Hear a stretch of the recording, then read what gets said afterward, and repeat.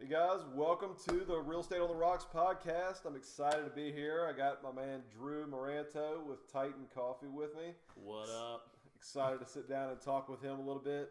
I do have my dog Butter kind of running around here, so if we have any technical difficulties, I'll blame it on him. He's a good show mascot. Yeah, man. So it's been a while since I've done one of these shows. I'm excited to kind of get back into the swing of things here. Took some time off and been busy with real estate and in the restaurant Go Yayas. And anyway, Drew I met just a few months ago. I switched over, started using his coffee that he roasts here in Baton Rouge, and I've been wanting to get him on and just to kind of help promote his coffee, which I think is fantastic. And we've been getting a lot of good feedback about it. So without further ado, here's Drew. Thanks, Kevin. I'm glad to be here. Yeah, like Kevin said, we met just a few months ago. He was an online customer of Titan Coffee Co., which is a small batch, locally roasted coffee here in Baton Rouge. We've been going full on for probably 10 months, right at 10 months. Formed the company in mid to late 18 and just had to get a lot of different things ready to go. Everybody starting a business or thinking about it know that it's always going to take you longer than you think, Right. to get off the ground. Yeah. But long story short, he started ordering coffee online. I physically bring it to folks all the time. It's one of my favorite things to do. And I met him in his driveway one day, and he said, got this place downtown. We serve coffee. Would love to try out, some of the things that we have. Right. On the wholesale side, we do espresso and some other things like that for those types of customers. But anyway, we sell online. We sell in stores. We'll get into all that. But we're really excited to be at Go Yaya's downtown. I think it's done well. We're very fortunate to have that opportunity. It's a great way for us to be recognized as a local brand. Right. I think we offer a really quality product. Mm-hmm. I know you've partnered with some other roasteries before, so we're fortunate to have the opportunity for the time being. So thank you. Yeah, absolutely. And we've had a lot of great feedback ever since we switched over to Titan Coffee. So we think we made the right move, and Drew's such a really good guy that it feels good to kind of partner with him and knowing where he's coming from. So I guess if you don't mind me asking, how did you get into coffee? Yeah, I mean that's the age-old question, Yeah. right? I feel like I say the same thing every time, but it's really the journey how I got there. I've got a regular job like everybody else. Right.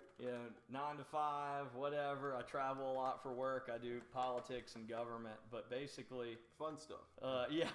fun stuff. Keeps me busy. Yeah. But I'm from Baton Rouge originally. Been here for 30 years, and I really wanted to do something that was me. Yeah. That I was putting some time and energy and capital into something that was in my community. Yeah. Like I just said, I've been here a while. I was raised in South Baton Rouge, never left. I've worked here my whole life, went to LSU, all that. And look, there's plenty of people here. I think that's a unique thing about Louisiana. There's plenty of people here that are always going to be here, have never left. Right. And that's a really cool attribute. You don't see that in every place. So anyway, point being, I kept trying to figure out what was something I could manage with a full-time job. Yep. And I think a lot of people ask themselves that question, and maybe they get too bogged down to figure out that lane Right. that really lines up with what they're trying to do. To answer the question, how did I come to coffee, was more about time. And anybody that knows me, if you're watching, listening, I hate disappointing people. I know that sounds like overly simplistic and a little cheesy. Yeah. But I don't want to overpromise and underdeliver. That's Right. the worst thing you can do in anything. People get aggravated, right? Oh yeah. And so anyway, I started researching about the roast process, what that looks like. Most of the folks watching are going to know we don't grow coffee in Louisiana. the only U.S. state that it's actually grown in is in Hawaii. Okay. I've been told they're trying it in California, and they do grow in Puerto Rico, which is territory. Mm-hmm. But really, in the contiguous U.S., we don't grow coffee. Right. So my point is, we obviously have to import. Mm-hmm. Okay. So I can import coffee all day, but what was I going to do to roast it? Yeah. And in the quantities that would make sense. So I found a local roaster here. Shout out to Cafecito Coffee Roasters. So Chris Pennegy and Stevie Guillory were really instrumental in trying to get me to the place I wanted to be. Mm-hmm. I decided after talking with them that I was going to be able to make what I wanted to do work. Yeah. I wanted to focus on blends, mm-hmm. and I wanted to focus on a little bit of coffee is a lot of variables. Yeah. Roast time, mm-hmm. what beans, from where. With anything, there's a quality, right? A quality situation. Let me ask you this: if without giving a plug to any other coffee brand, I mean, not necessarily locally, but with traveling around the country, is there another coffee that you felt like, okay, this is kind of what mm-hmm. this is the roast I like, this is the flavor I like, I'm gonna try to implement. It's a really good emulate. question. Yeah. Two answers on that. One, I actually found the concept of the different cafes that I've gone into mm-hmm. in different kind of coffee experiences to be more enticing. Yeah. Because I knew that at the end of the day, whatever I was getting mm-hmm. or whatever Chris and Stevie were getting, I had to engineer it to be what I wanted it to be. Right. And so it wasn't necessarily about finding a coffee that I liked or wanted to emulate. Mm-hmm. It was more about what could I do with what I had. Right. And so I know that's a lot of roundabout to get to the point mm-hmm. of Chris and Stevie ultimately told me we can import what you want to import.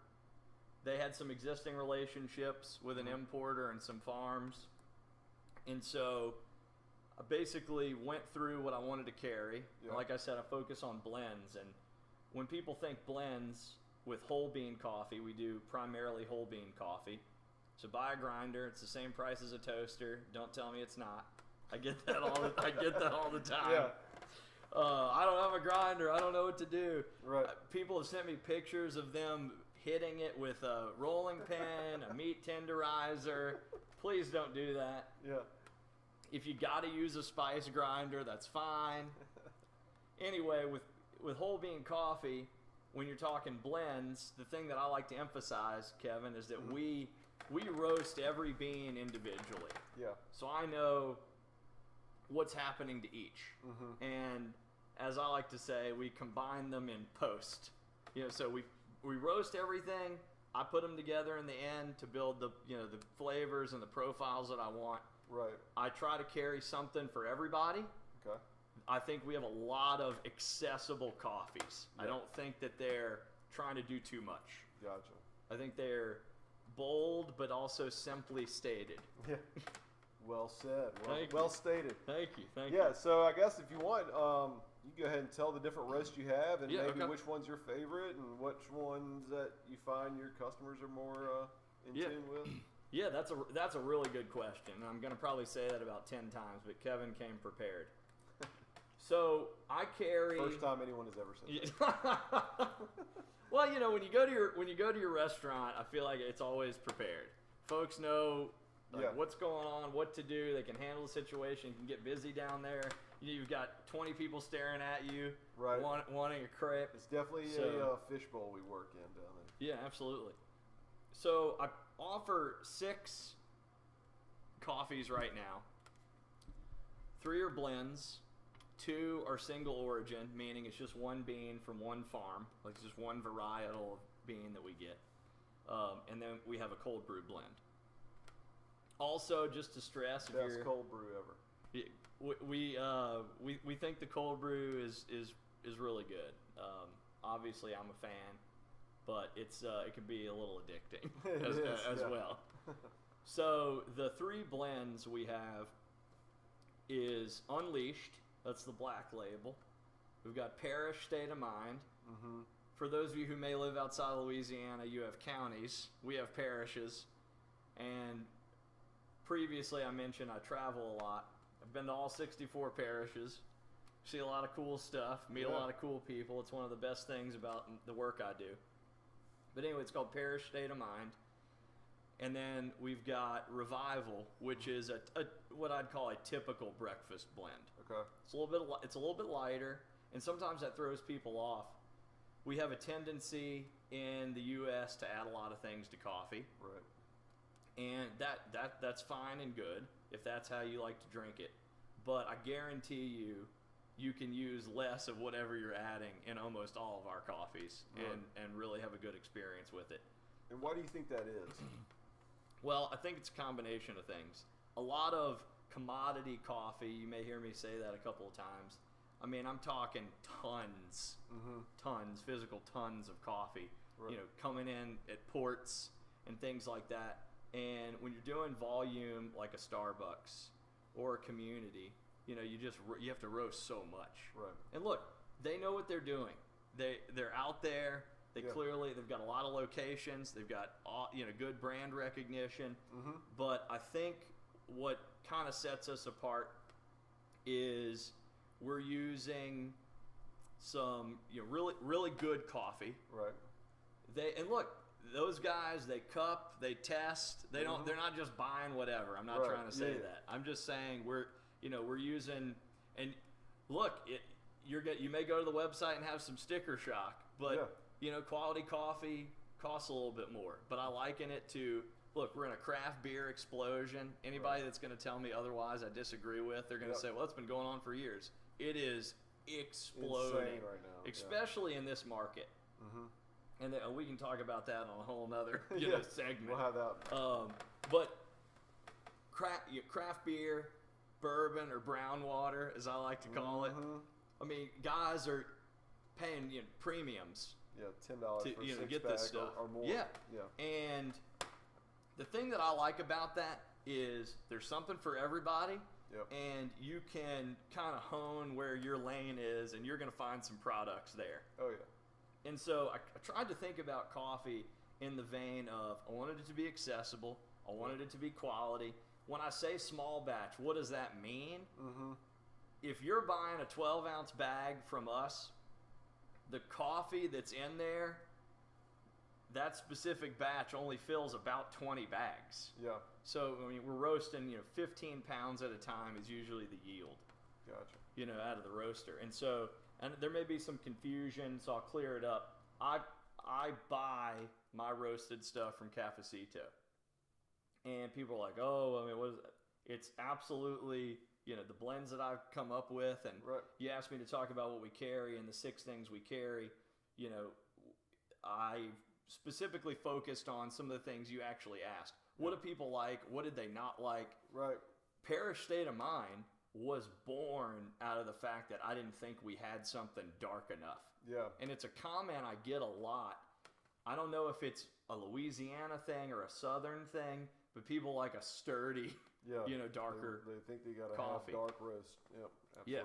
Yeah. And so that is something we have, I guess, dealt with as customers have started, participating in the brand and buying coffee and trying our different, blends, as they purchase, whether in the store or online. And, I cupped, cupping's the term for, where we really, we grind a specific amount, put the water in it, we do the smell test, the taste test. Think a wine tasting, but with coffee almost. Yeah, very, very similar. I mean, we got this huge sheet with about 800 adjectives. It's not that many, but it's probably 100 adjectives. Yeah. I think I saw it when I was at the roaster. Yeah. And then there's the flavor wheel. Mm-hmm. You can kind of pick your wheelhouse where you want to end up. And you can get there not only on region, but roast. Yeah. And so that's those variables I was talking about. There's so many things to control, in that roast environment to really get to your end product. But we carry 6 things. I'll finish that out and say, the 3 blends I think can appeal to most folks. The Revival, I actually think, is one of the better blends just for an accessibility standpoint. It's not too sturdy. The light color throws people off. But what's interesting, and Kevin's heard me say this 800 times, the darker the coffee, the less caffeine. Yeah. Now, cold brews typically are darker, but you're usually drinking concentrated amounts. Yeah. So they tend to be sturdy in their caffeine content. But you can get a lot of caffeine out of a very, they may call it a cinnamon roast or a light roast. It looks like cinnamon. It doesn't have a cinnamon flavor. Anyway, the Revival is a half Brazilian, half Guatemalan, and it's light and bright. That was the first one I ordered from you. I think it is. Online. I think it is. It's the blue label. But people will call me and say, it's so light, it was easy to drink. Maybe I put a little sugar or honey or a little bit of milk, as I would typically do, is what they'll say. Yeah. And then I get a call 2 hours later that they're running around their office and their employees are about to lose their minds because they're just like, woo. So anyway, the 3 blends, the 2 single origins. We have an Ethiopian that's really, really nice. And I haven't tried that one yet. Yeah, it's really nice. Some Adado. Ethiopian coffees score really, really well. They've got a lot of berry notes. Yep. They've got to survive in high altitudes. And so they tend to be a sturdier coffee as well. And we have the Papua New Guinea, haven't had that one yet over either. by Australia. I like it as a good all-around coffee. If you signed on at the beginning with Titan Coffee, first of all, thank you. Second, we did a limited run of our Founders Blend. And by far, I've gotten more requests to bring it back at some point than anything else. And just to say, to kind of finish the blends segment and what we carry, the Parish State of Mind, I think, is like the Customer Choice Award. Yeah. It's what Kevin serves downtown. So if you're getting hot coffee at Go Yaya's, just straight up drip, it's going to be our Parish State of Mind blend. I'm really proud of that one. It's a really 3-bean blend. It's got medium Colombian, dark Colombian, and some PNG, some Papua New Guinea in there. And I think it's a really nice coffee. Nice. Yeah. He did bring over some El Salvadorian that we just brewed up, and I don't know if you want to tell a little bit about that, or. Yeah, well, Stevie actually at the roastery wanted to bring in some El Salvadorian coffee. We get a lot of samples from time to time, and I may even be, I'll tease it on here, I may be carrying a seasonal just to get everybody through the holidays. I know it's going to be busy. Yeah. Everything's back-to-back: Halloween, Thanksgiving, Christmas, New Year's.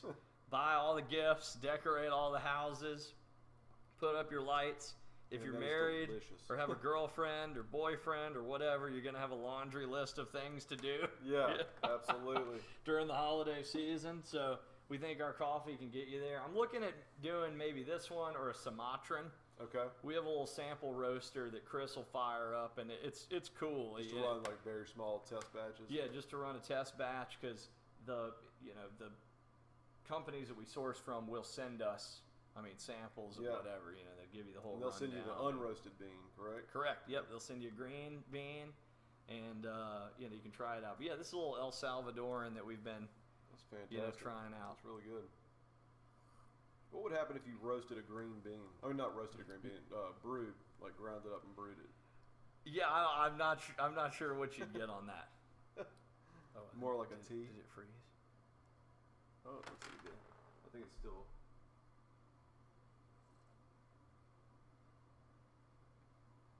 There we go. We're back. Yeah, we're back. A little technical difficulties. All good. Yeah. No, we were just, Kevin just asked me what would happen if you ground and brewed a green bean. Would you be jacked out of your mind? I don't know. Well, one, I imagine it would taste a lot like sawdust. Really? I don't know why. They have distinct smells and, flavors, and when I say flavor, more like aroma. Like they smell distinctly different, as when we store them in the warehouse.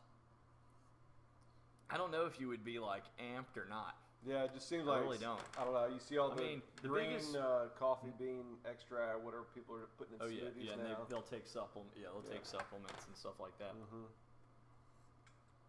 But when I was making the comment about darker coffees, you've heated it up so much that that gas it's escaping is really like the caffeine content. Oh, is it? Kind of like burning. So the off more as you byproduct. roast it, yeah. Gotcha. And some people tell me they notice like almost like an oily sheen on some of them. I mean that's quality. That's good stuff. Huh? Yeah. Gotcha. What I guess do you have any future plans of bringing? You said talking about a holiday blend or stuff like that. What about different types of cold brew or packet, or I guess already brewed cold brew? It is something that I'm absolutely interested in terms of bringing cold brew to market. Yeah. Meaning, a prepared product, probably in a can.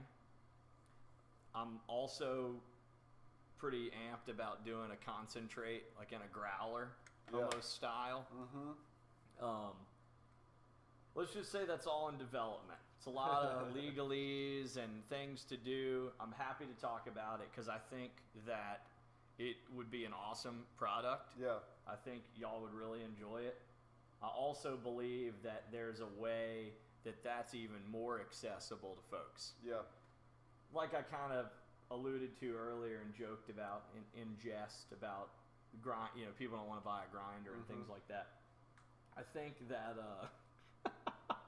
think that when you start seeing like a Chemex and kettles, people are thinking it's like Walter White in chemistry class. Like just. Is that your preferred way of brewing at home? Yes, Chemex? it is. Really? Chris laughs at me all the time. I mean, it is rare if I don't do a Chemex at home every day. Yeah. For my morning coffee. And that's what we do here every morning. Okay. Yeah. Yeah. I mean, I put away my big Mr. Coffee brewer. Sometimes it's painful when you really need your coffee, standing over it, pouring the hot water. But and that's the number one complaint I get is time. Yeah. For me, it's more about just put that kettle on. It's going to do its own thing. Yep. I prefer, to grind right then and there when I'm going to use it. I don't like to keep it in an airtight container. If that's your preference, and you're still enjoying your coffee, go for it. What's your reason behind not airtight? Yeah, well, just in terms of, like, I'm fine to keep beans airtight, but I will not grind them until, I'm going to brew it. Yeah, okay. Some people, and I get it, if it's more convenient, I'm not dogging you. Some people like to grind it at the grocery store. Yeah. They've got the big industrial grinder. They like a particular setting for what they're doing at home. They don't want to buy a grinder. All things that that customer's obviously considered, and so they'll do that and bring it home. Now, the moment you grind it, you've started kind of another shelf life, perspective. That makes sense. Just the surface area of it. Yeah, and you're going to start. You've broken up the bean. You're going to start emitting a lot more gas. Sometimes folks will ask me, I think my bag's going to explode. Yeah. That's just just time over tension kind of a thing. Like it's just it's all held up in there, and obviously it's emitting a byproduct. I'm not a scientist, but just like vegetables and fruits, emit some gases. That's why some of them do better in paper bags if you're trying to ripen them, whatever they call the glycol, whatever it is. Yeah. But the coffee is just it's letting off that gas because it's been roasted. I mean, it's been heated up to 350 plus degrees minimum. So let me ask you this: I'm super excited. I saw something on the social medias. You've teamed up with a new brewery in Ascension Parish. Yes. Is it Gilla Brewery? Gilla. Yeah. So tell me about how that kind of came to fruition and what to expect. I was not expecting that at all. There's a new brewery that Kevin mentioned opening in just a few weeks. Yeah. It'll open right 26th. before October 26th. Literally the guys reached out. I think this has been, this has been their dream project. Have their own, brewery. They're not doing, as far as I understand, they're not doing distribution. So to partake in the great things that they're making, you got to go see them. Yeah. But that's a good thing. Look, I love community and, bringing folks together, and, I'll have a beer with you any day. But, so that's really their core focus right now, is to get that location, up and going. Obviously, they know more about their plans than I do. So Brad and Derek reached out almost immediately after the 225 Dine article went up. And had they ever had your coffee before, or they just read the article? I don't believe. I don't believe. I don't think they had it anywhere.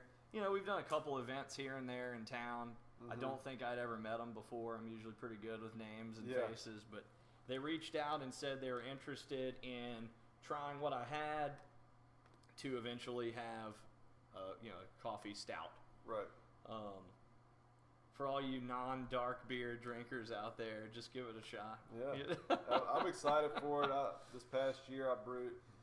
Every once in a while will have time between kids and work and everything to do some home brewing here, and I actually brewed coffee brown ale that I think came out really good. It tasted close to just a frothy cold brew coffee, and it was. That's awesome. It was delicious. So it's I'm not excited easy to do.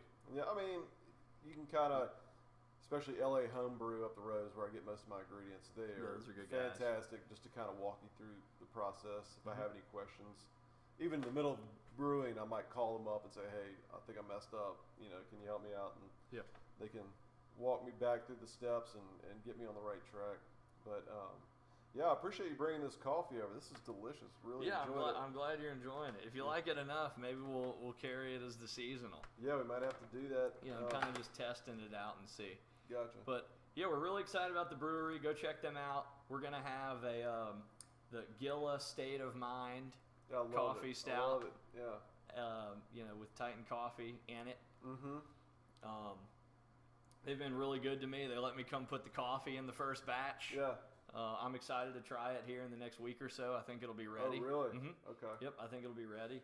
So they can do any canning, or is it all going to be on tap? Yeah, as far as I understand it, I think everything's on tap right now. Okay. I don't think they're planning to do any canning or other, keg distribution at this point in time. I just didn't know if they could sell canned products from the brewery if there's no distribution. Correct. I don't know about that either. Chris would be your guy on that one, on all the rules here in Louisiana. So your whole family's in Baton Rouge? Yeah, pretty much. Primarily, my whole immediate family's here. I've got an uncle in Chalmette, and I've got an uncle in Toledo Bend. But pretty much, they lived in New Orleans for a long, long time, and they recently relocated there. Gotcha.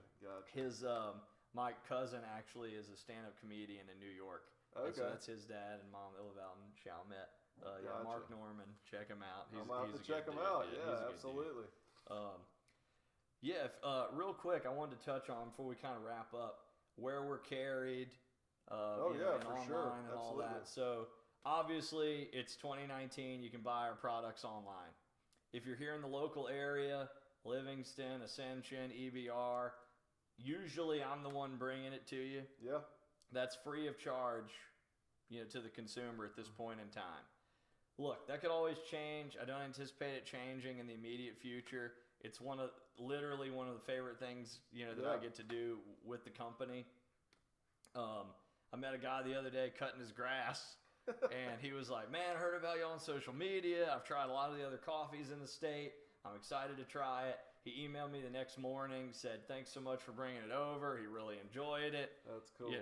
Those are, you don't have to order every week to be a forever customer. Yeah. Absolutely. Yeah, and I say that a lot. People think you've got to participate in the brand every week. Yeah. But sometimes you don't need coffee every week. Exactly. And that's okay. So anyway, we're online, TitanCoffees.com. You can go to our Facebook, Instagram, all that type of stuff. Find us there. And then we sell currently in Alexander's Highland Market. For you Baton Rougians, that's over by Blue Bayou, right off of I-10. Okay. Shout out to Lathan Alexander over there. They were my first store ever. Really? Didn't know me from Adam. let you in. A friend of mine's mom introduced me, and Chris just kind of told him, who I was and whatever, and he took the meeting, and within a week we were on the shelf. Nice. Yeah, it's kind of a surreal moment. You did all the prep, and your coffee's on the shelf. So if you're in that area, Santa Maria, etc., go check us out at Alexander's. We do tastings from time to time there. We're also newly in Calandro's. Currently, we are just in the Perkins store, Perkins and Segan. So don't go to government and get mad at me if you can't find it, because it's not there. But if you live in that area and you want to order online, I'll bring it to you. There you go. I have a very loyal customers. It's a mom-daughter pair that live downtown, and they order. They came to Yaya's one day. Yeah. They usually order every 7 to 10 days, and they've actually been. They're going to be like, "This is so embarrassing. Why is he talking about this?" No, they've been in DC doing some stuff for the last couple months, and they have loyally ordered from online as well, and I'll ship it. You ship it up wherever. to DC yeah. from? Oh, that's fantastic. Yeah, we'll ship to any state. That's exciting when you get somebody from wherever that just wants to try it out, and they want to grab a sticker and send you a nice note. It's really cool. Oh, speaking of that, while I'm thinking about it, for gifts, do you have it set up online where it's easy for someone to send a gift to out of state? If not, you really got to think about it, because it's cool to share. Yeah, no, that's a good point.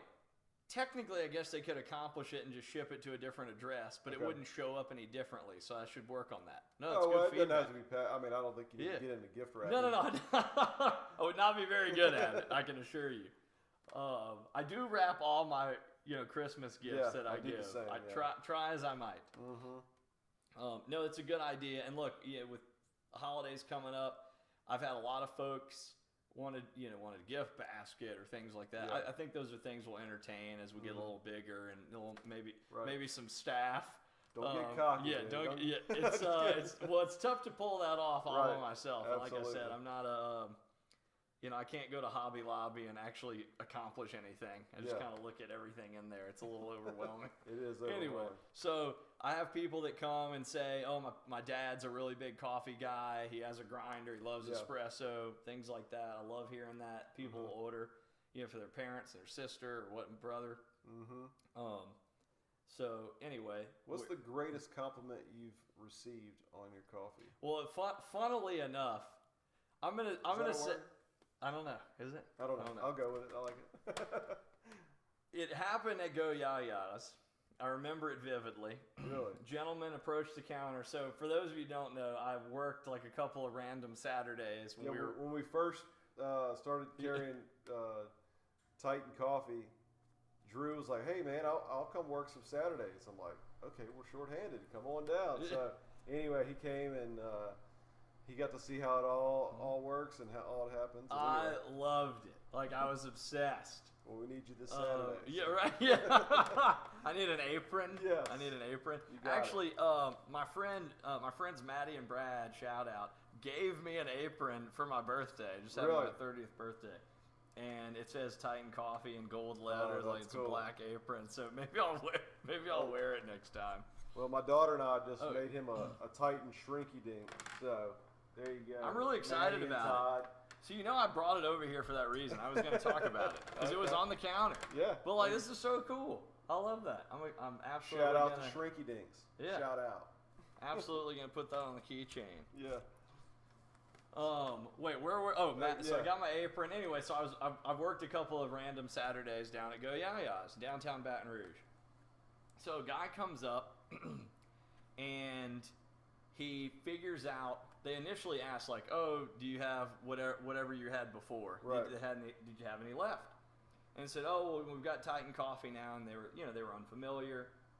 And so I went over and talked to him briefly, and he said, "Look, I'm going to try an espresso. I'm a big espresso guy, and I would like whatever your cold brew is or cold iced coffee."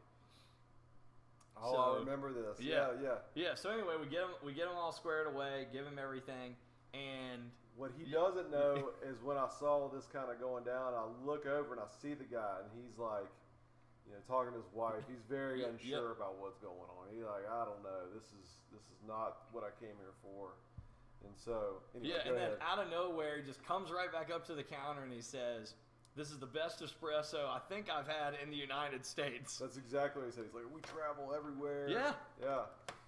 So look, obviously a very high compliment. Yeah. I'm sure there are some other stellar espressos out there. We don't know what this guy's, whatever you want to call it, his, not his criteria, but his... Yeah, like his background credentials or are for, saying, for for sampling stating and, this is the best, but he was very, I don't know what the word is again. I mean, he was amped. He was. He bought a bag on the spot. Bought a bag on the spot. I mean, that's always exciting. There's no better, I guess, endorsement, of your product than somebody not only first time, you're really enjoying it that much, and then participating by buying. I will say we've sold more retail bags of your coffee than any other coffee roaster that we've carried. Wow. So I mean, it seems to always be selling. So people are really enjoying it. We get a lot of good feedback, a lot of good reviews online about it.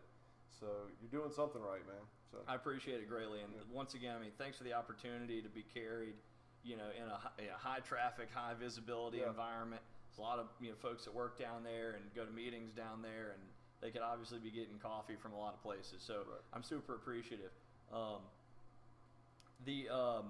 of the other things that I wanted to talk about is you're just talking about what's the biggest compliment or something like that.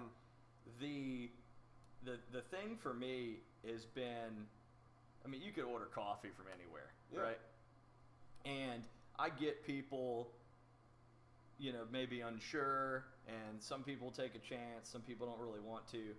But I've just been amazed by the feedback from folks that, they took the time to email to either find out where they could find it in town. They prefer to get it, from a store if they can. And participate that way. But they will email and say, "This is great. I'm ordering 4 more bags," and then you see the order come through, and they followed through. I mean, that's a big deal for me. I know it sounds cheesy, but it's been a really cool experience. I'm excited to try to do some other things with it. We don't want to change. We just want to grow. We want to keep offering stellar coffee. Absolutely. And we absolutely take feedback. Like I said, that's really kind of how Parish was born. I had kind of had an inkling that we needed something else, but anyway. We've been very fortunate and glad to be doing this in the city I was born and raised in. There you go. Well, all right, Drew. Well, I appreciate it. We're going to wrap it up here. Guys, if you would, subscribe to the podcast. I'm going to have a few more, or not a few more, hopefully a lot more great guests on, such as Drew. And maybe we'll circle back and once you break out the cold brew. Yeah, would love to come back anytime. Yeah, absolutely. Thank you. All right, guys. Thanks for tuning in. Appreciate it, man. All right. Thank you, sir. Yep. Sir. Not that old.